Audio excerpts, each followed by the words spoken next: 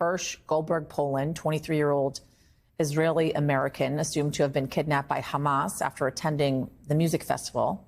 I want to bring in his mother, Rachel Goldberg, to talk more about this. Rachel, thank you so much for joining us. I'm so incredibly sorry for what you are experiencing right now. How are you? Thank you. Thank you for having me. You know, it's funny because a lot of people keep saying, how are you? And I just keep saying, well, picture your mother and picture her being told that you are either one of two things, dead or being held hostage with your arm blown off in Gaza, which is currently a war zone, and you're now a hostage. Okay, so that's how I'm doing. I'm doing how anyone's mother would be doing if those are the two choices. If that were my sons, I don't know if I'd be able to wake up in the morning. I have to be honest with you. I'm not quite sure how you're doing it. Right. We feel like we're in a parallel universe, and thank God we have the most brilliant, supportive, creative, helpful team surrounding us, helping us through this time that everyone says I can't imagine it. And I keep saying, I also can't imagine it. And it's me. When did you last speak to your son? So I last saw Hersh on Friday night, a week ago. We went to synagogue together as a family, and then we went to family friends for a meal afterwards. And he then left with his camping backpack to go with his best friend down to this music festival. And when we heard the sirens and we knew things were going on down there, I grabbed my phone Saturday morning. Normally, I don't use my phone on the Jewish Sabbath, but when it's an emergency situation and you have a child sleeping out somewhere, you turn it on. And I had two texts that had come in at 8:11. I had just come out of my bomb shelter here in Jerusalem around 8:20, and I turned on my phone, and at 8:11, the first text said, I love you, and the next text said, I'm sorry. And so I immediately knew something horrible was either in the process of happening or about to happen. And, I tried calling him and I tried texting him, and, none of that was ever answered. Have you had any confirmation from your government that he was in fact kidnapped? We actually did get confirmation of that. He is assumed kidnapped. We did have 3 eyewitnesses. He and the friend that he had gone to the concert with ended up in a bomb shelter. And Hamas came to the doorway of that bomb shelter and was throwing in grenades and spraying the room with machine gun fire.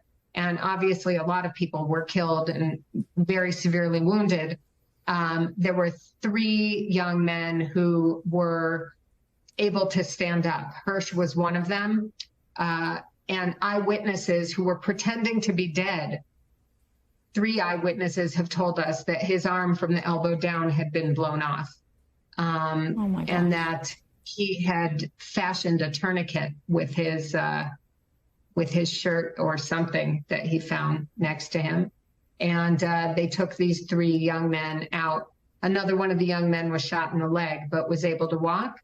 And they put them on a pickup truck and they went in the direction of Gaza. And the police have told us that the last known cell phone signal of his was on the border of Gaza, which was about 6 kilometers from the bomb shelter that he was taken from. So that's what we know. How do you reconcile that your son is likely in Gaza, a place in which a ground invasion will begin soon by the Israeli government, and your son may be in the way of that invasion? Right. I mean, look, Hersh is obviously, as you as a mother know, is my whole, he's my universe. He's my whole life. He's the most important thing to me. I'm also aware that there is a much huger chaotic, horrible, devastating situation happening here. And we are one small part of that. And I am aware of that. You know, there are thousands of people right now down there from, you know, the people who are in my house right now. And right now it's almost 10 o'clock at night here on Saturday night. I have 14 people in my house working to help us.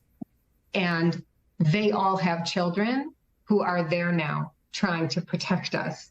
You know, we're part of a small piece of this huge story that's unfolding, this huge, terrible nightmare that's unfolding. And we're going to see what happens, and we're hoping and praying. And I do have to say that the American administration has been outstandingly supportive, helpful, transparent, here for us, for all of the American hostages that are being held. We've met with Antony Blinken. We met yesterday with President Biden.